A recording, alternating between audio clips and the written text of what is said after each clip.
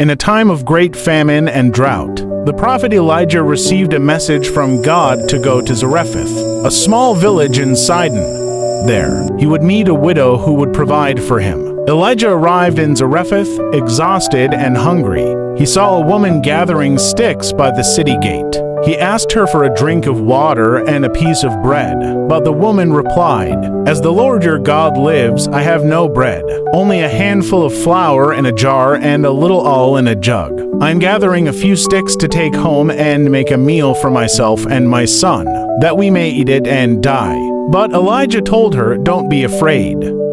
Make a small loaf of bread for me first and bring it to me. Then make something for yourself and your son. For this is what the Lord, the God of Israel, says: the jar of flour will not be used up and the jug of oil will not run dry until the day the Lord sends rain on the land." The woman trusted Elijah's words and did as he asked, and miraculously the jar of flour was not used up, and the jug of oil did not run dry. For many days Elijah, the woman, and her son had food. But one day, tragedy struck.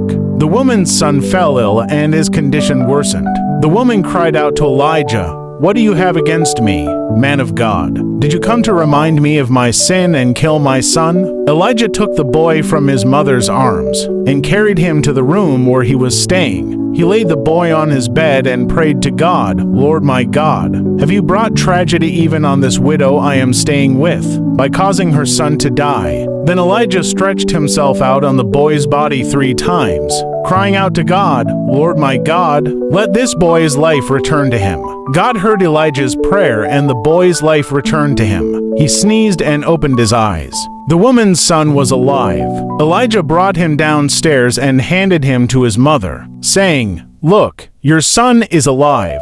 The woman threw her arms around Elijah's neck and exclaimed, "Now I know that you are a man of God and that the word of the Lord from your mouth is the truth."